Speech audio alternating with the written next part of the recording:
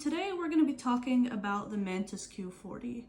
Now in brief, the Mantis Q40 is one of the many refreshable Braille display devices on the market.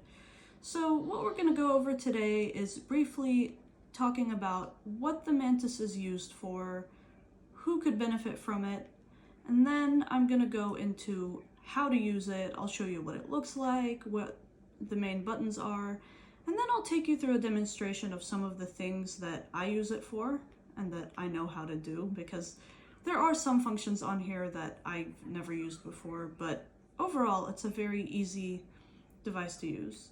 So the Mantis Q40, like I said, is a refreshable Braille display device.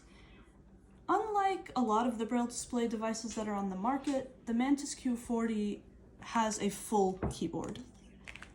A lot of the other Braille display devices on the market have like a 3-key Perkins style Braille input keyboard, so you're basically, it's like you're typing on a Perkins Braille writer, but instead you're using like a digital device. But on here, it's a full keyboard. Now the Mantis could be used by both totally blind and low vision students. And as we know, some low vision students do read both Braille and print.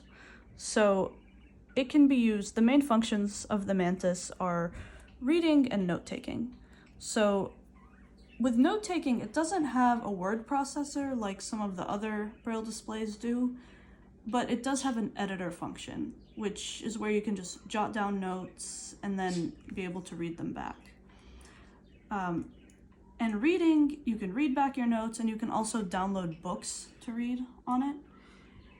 And this can be very beneficial for students in school for being able to take notes during class or to access notes from your other devices. So one really cool thing about the Mantis is that you can connect it via Bluetooth to your iPhone, iPad, MacBook, probably PC as well. I don't own a PC, so I know about the Apple devices, but I'm pretty sure you can connect it to other devices as well. So those are the main benefits and the reasons for why a blind or low vision student could use this. Taking notes, reading, following along. Now, as far as pros and cons, I have more pros than cons, to be honest, because I personally love this device and I think it's very easy to use. That's the number one pro. It's lightweight, and a lot of the other Braille displays that I've tried in the past have been very heavy. This one is pretty lightweight, very portable. It also has the user guide in the device itself. So a lot of the other devices that I've tried in the past have had Braille user guides that have been like a bound booklet, which this one came with like a stapled 2-page Braille user guide, but it also has the entire user guide uploaded as a book into the device. The con that I can think of, the only one that I can really think of, is that it doesn't have a speech option. So I used to have the Braille Sense before this, and that used to have an option of speech with the Braille output, but the Mantis only has Braille, which for me I think is great because I use screen readers on my phone and computer, and so I don't really need the speech on my Braille display. But I know for other people, especially if they're still learning how to use the device, they could benefit from speech. So that's it for pros and cons. Now let's get to what the device looks like. So this is the device. So I'm holding it up facing you. You can see that this is the full keyboard. And then right here, these are metal pins that when you type on the keyboard, they pop up into Braille letters, Braille cells. So there's 40 of these. So that's why it's called the Mantis Q40. The Q is for QWERTY, you know, QWERTY, QWERTY, and then the 40 is for the 40 cells. These buttons right here are called cursor routing keys. So when you're typing, each one of these corresponds with a cell. So let's say you type the letter A right here, and then B, C, D, E. Let's just say you did that. Each of these buttons corresponds with the letter. So if you, while you're typing in the editor, if you click one of these, corresponding with the letter, it'll take you to that letter. And so then you can, you know, edit, delete based on where the cursor is. The back of the device, right here, is the Braille. It has the serial number of the device. And then somewhere, I can't tell completely, but somewhere here is the battery compartment, and it's secured with screws, so I don't have to worry about the battery falling out. And it is rechargeable, so I wouldn't have to mess with that anyway. On the left, right here, this is the power button. And in order to turn it on, I would hold it down for 2 seconds. I'll turn it on in a second, but first I'll just show you what's there. Here, this is where the charger would go. The power cable is at my desk. I was gonna show it, but it's okay. It just plugs into a regular outlet, like a, you know, an extension cord, wall outlet, whatever. And then this part, there's a USB A to C, I think, but it goes in here. Sometimes the technology can be a bit confusing. This is a USB port. You can put a flash drive in there if you want and get files from there. And then on the back, oh, is that on the back or the, no, there's an SD card slot. Ah, right here, yes. I don't use this because I haven't used an SD card in a long time, but this is an SD card slot if you want to use an SD card. And according to the user guide, 64 gigabytes is the max for an SD card that you can put in here.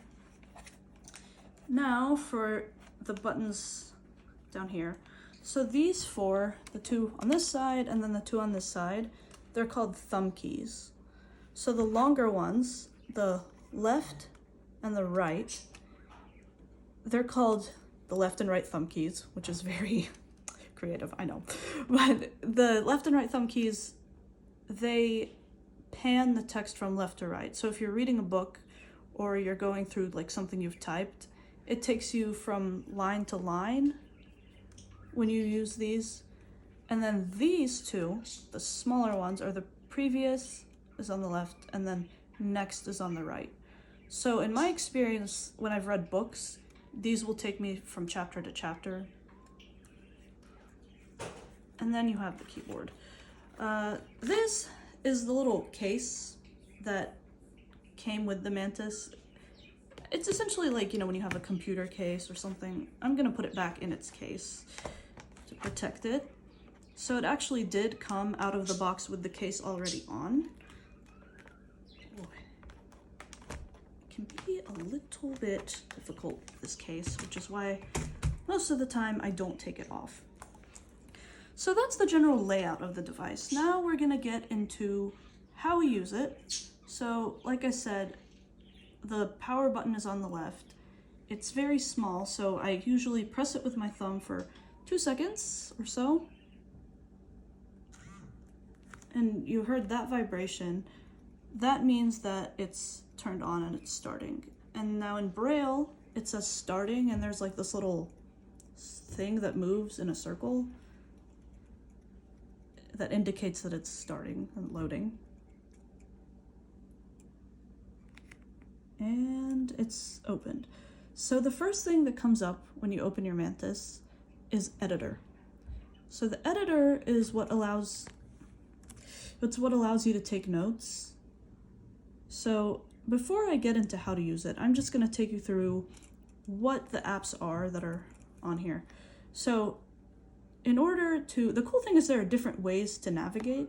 So I could use the thumb keys or I could use the arrow keys. Now I actually find myself using the thumb keys more often because it's easy and it's right there. So first we have editor. I'm thumbing to the right. Wait, no, actually I would use the previous and next ones. Not the, yeah. Okay, so Braille editor. I've never used the Braille editor. I'm not completely sure what that's used for, but the user guide would explain more. Terminal. The terminal is where you go to access USB connections or Bluetooth connections. So for me, I have my iPhone connected, so I could go in here and connect my phone, but I'm filming on my phone, so I'm not going to demonstrate that in this presentation. Library, this is where any books that you download end up. File manager, this is where you would go to find certain files and like open USBs and things. I'm still kind of learning about the file manager a little. Calculator, I've never used the calculator on here. Date and time, self-explanatory.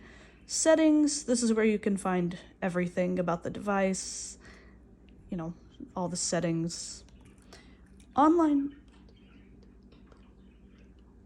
Online services, this is where, so the Mantis does offer a few online services, so you can connect to Bookshare, which I took advantage of that straight away because I love to read. So with a recent update, they added the BARD access, the National Library Service mobile like database for books. They have NFB Newsline, which you need a subscription for. Those are the three, the online services. So I don't know if I mentioned this before, but I am using my left hand to read off of the device in Braille. I don't know if you can see the Braille right here, but that's how I'm accessing what I'm accessing. So moving on to our next, we have user guide. This is your key to how to use the device. If you don't know how to do something on the Mantis, you go into the user guide and you can navigate through using the previous and next thumb keys to get to different headings. And then in order to go to a certain thing that you want to access, you don't need to press enter or anything. You just would use the left and right thumb keys to navigate from sentence to sentence in a specific section, because it's like reading a book. And then this is power off. You could power off your device using that, but there's a shorter way to do that. All right, so that's what the Mantis has. And now in order to open something on your device, you can either press enter, or now when you're not typing these cursor routing keys that I was talking about before, they can be used to open something. So now I'm back on editor. So I'm going to use the cursor routing key to open my editor. And right now there's, well, it said loading, and now there's an option to create file. Now I'm using my arrow keys to go down. There's the option to open file. There's recently saved, editor settings, and then close. So if I want to create a file, I would click either enter or cursor routing key, and then I can just type whatever I want. So I'm just gonna type, my name is Amal, period, just for fun to demonstrate. So now it says my name is Amal, and it has like these little, I honestly don't know what these are that they have. It's like little, it's almost like parentheses around what I'm typing. I think it's like to let me know where the cursor is or where my text is. Now, this is set up, this keyboard is set up with like a Windows layout setup. I forgot to mention this earlier, but you have Alt, Windows, Function, and Control. So the commands are basically the same as they would be for a Word document on the computer. So if you want to save, Command S, and then it'll give you like the save as thing. For file name, you give it a name, you'll click save, and then you can go to the file manager, find your documents. But for now, I'm gonna do Control A to select. I'm gonna do the backspace to delete because I don't need to save. And then it says delete ? And then to get to the options, if I go down, it says yes. Down again with the arrow, it says no. So I have the yes and no options. I'm gonna hit enter for yes. So you notice I'm using different keys. So I've used both the cursor routing key and enter to select things, and I've used both the arrow keys and the thumb keys depending on my preference. So that's one thing I love about this device. It's not a one-size-fits-all. You can do whatever it is that you prefer. Now, speaking of that, in order to exit something, you can either hit escape or backspace. My favorite is escape, so I'm escaping. And now it took me back to the menu, or no, it says save open file, yes, no, and cancel. So I'm gonna say no because there's nothing to save. Now I'm back at the menu where it says create file, open file, all the options. So I'm gonna escape out, and now I'm at my main menu. Oh yeah, I did forget to show you the home button. That's important too. So the home button can also function as escape. So like if you're in something and you want to get out, if you press home, it'll take you to the main menu. Escape is more like the backspace. So like you backpedal through the path that you took, whereas home just takes you home to the main menu. And then also if you have your iPhone or computer Bluetooth connected, if you click home, it'll unconnect, or it'll still be connected, it'll still be paired, but it's not connected anymore, so it'll take you back to the editor. So editor, now I'm just going back through my, yeah, okay, so terminal, I'm clicking enter on terminal. So we have the option that says connected devices, add Bluetooth device, and then back. So connected devices, we have USB connection, which if I had a flash drive, I would click there. And then Amal's iPhone, if I clicked there, it would connect, but I don't want that to happen right now. And then reconnect devices, and then back. So I'm just gonna exit, escape, escape, terminal, library, file manager. So file manager, I'm clicking here just partially to refresh my own memory on what's here. So we have books, documents, online books, release notes. I don't know what release notes is, but books, I guess if I wanted to, I could use that to access my books instead of library, but that seems a little roundabout. If I had any documents, which I do have some, I would go here. Now I'm going back to my main menu, file manager, calculator, date time, online services. So now what I did just now is I have been using the thumb keys, but what I could do as a shortcut to get to what I need is if I know the first letter of what I'm looking for, I can click there. So online services, if I hit O, online services comes up. If I want library, L, library. So now we're gonna go to online services just for fun to look at what we have. So the first thing that pops up is Bookshare. Now I'm gonna see if this will let me. So sometimes when I click on Bookshare, it logs me out for some reason. It'll say like no internet, even though there is internet, but we'll see what happens. So now it's loading. Login successful, great. So if you're familiar with Bookshare, this is showing me the layout. It says most popular, most recent, browse categories, previous downloads, title search. So again, I can use the shortcuts. So title search, I type T, I'm clicking, oh, why did I hit spacebar on accident instead of, okay. So it says enter text to search, and it has the little parenthesis things like it did on editor. So I'm just gonna download a book for fun purposes to demonstrate. So I'm gonna I'm typing Harry Potter. So I clicked enter, it's loading. 265 results found. Wow. So it's showing me, so I'm using my previous and next thumb keys to find, wow, Harry Potter books in Spanish are coming up. That's really interesting. I wasn't expecting that to be the first results. Okay.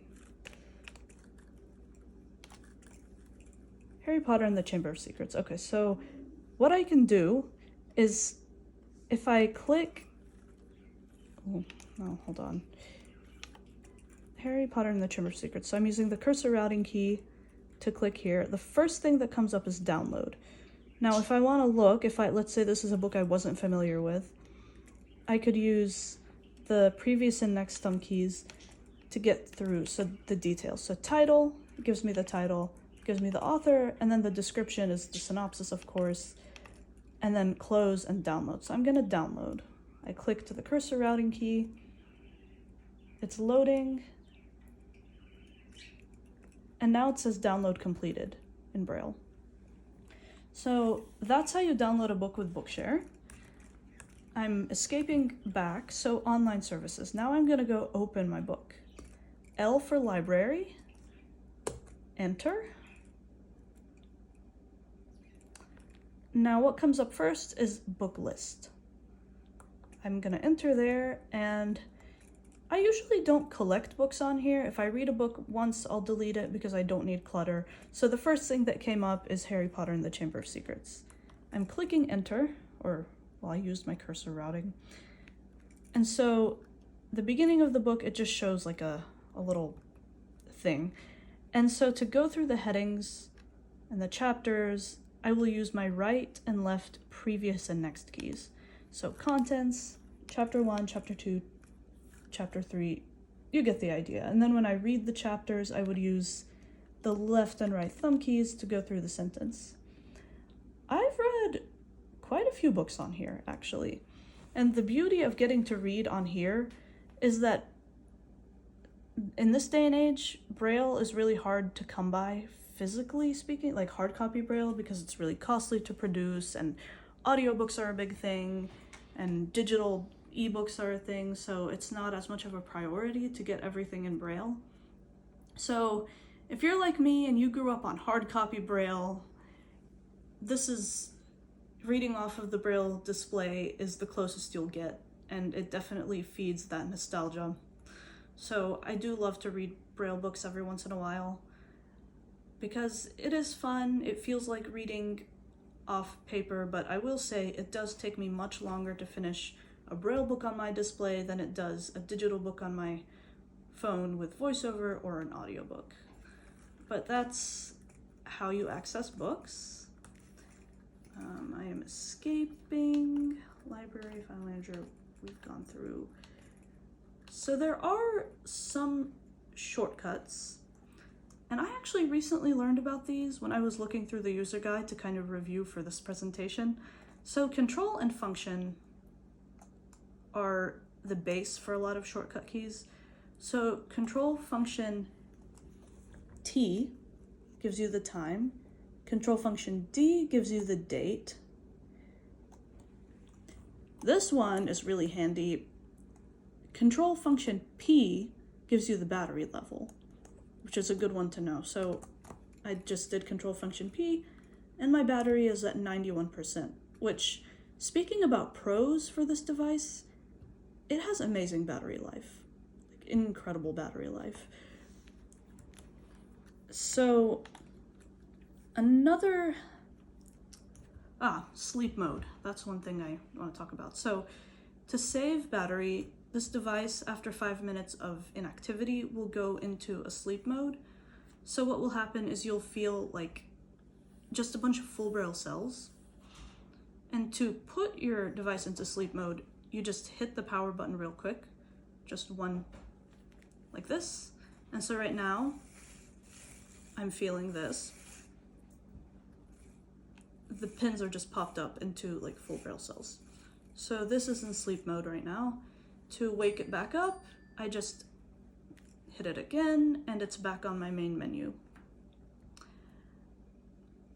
There's also a shortcut key for changing the grade of Braille. So again, if you're familiar with Braille, we have grade 1 Braille, grade 2 Braille. Grade 2 Braille is contracted Braille. So the shortcut is control function G. Now, I didn't know about the shortcut when I was switching to contracted Braille when I first got the device, so I had to go through the roundabout way with the settings, and it was a little confusing at first, but I got it, and so now I have contracted Braille. There's also an option where you can type with the Perkins style typing on the QWERTY keyboard, which in my personal opinion, it's a bit counterproductive when you have a full keyboard to switch to typing with 3 fingers. I tried it the other day just to see what it's like, and I had to think. Like, I had to really think about what I was doing because I'm used to just typing. But to toggle that on and off, it's F12. So essentially, FDS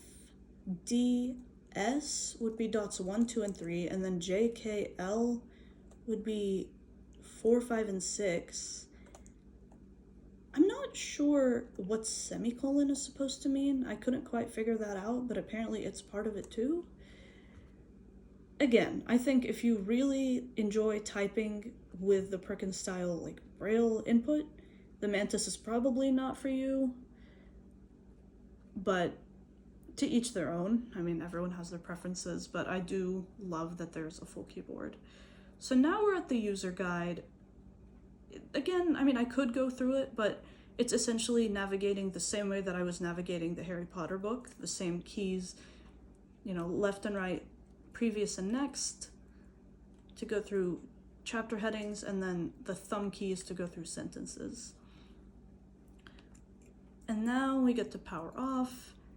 Now, powering off the device is the same as powering on. You just hold the power key, which is on the left, for a few seconds. It makes like a 2-tone vibration, and then it says shut down, ? And then you have it okay, and you have a cancel. Now I think you can do the shortcut key, so to do O for okay. Oh, yep, it worked. I don't have to use the arrow, and then I'm hitting the cursor routing key, and now it says shutting down with an ellipses, and in a few seconds it will be turned off, and it'll have the same like full Braille cells. Oh, and it makes a 2-tone vibration again to let you know it's off. And there's the Braille cells, kind of like when it was in sleep mode, except the difference is that I know that I turned it off because I heard the vibration. So that is basically the Mantis Q40 in a nutshell. And again, if you want to know the ins and outs and all, the specifics, the user guide is where it's at. But like I said before, this is a fairly simple device to use. And in my personal opinion and experience with refreshable Braille devices, this is definitely the best one on the market at this point, because the full keyboard and the Braille all in one, and it's not hard to use. And it also has software updates built into it, so it's kind of like updating an iPhone or a MacBook. An update will come up, you click to update and install, and it'll install. Whereas other Braille displays I've used in the past required you to have a CD with the latest update, and it was very confusing and inconvenient. So if I were to recommend this, I would recommend it to anyone any blind or low vision student or adult even, who feels like they want Braille in their life or that they would use this to take notes. I feel like this will definitely serve me well, not only now in these classes that I'm taking, but in my job, taking notes during an IEP meeting perhaps. Even when I've done like observations for assignments for the classes for this degree, I've used it to take notes. It's incredibly handy. So this concludes today's presentation. I hope that you found it enjoyable, interesting, and that you learned a little something about a new piece of technology that you may not have known about. All right, so I will sign off, and I hope you have a great rest of your day.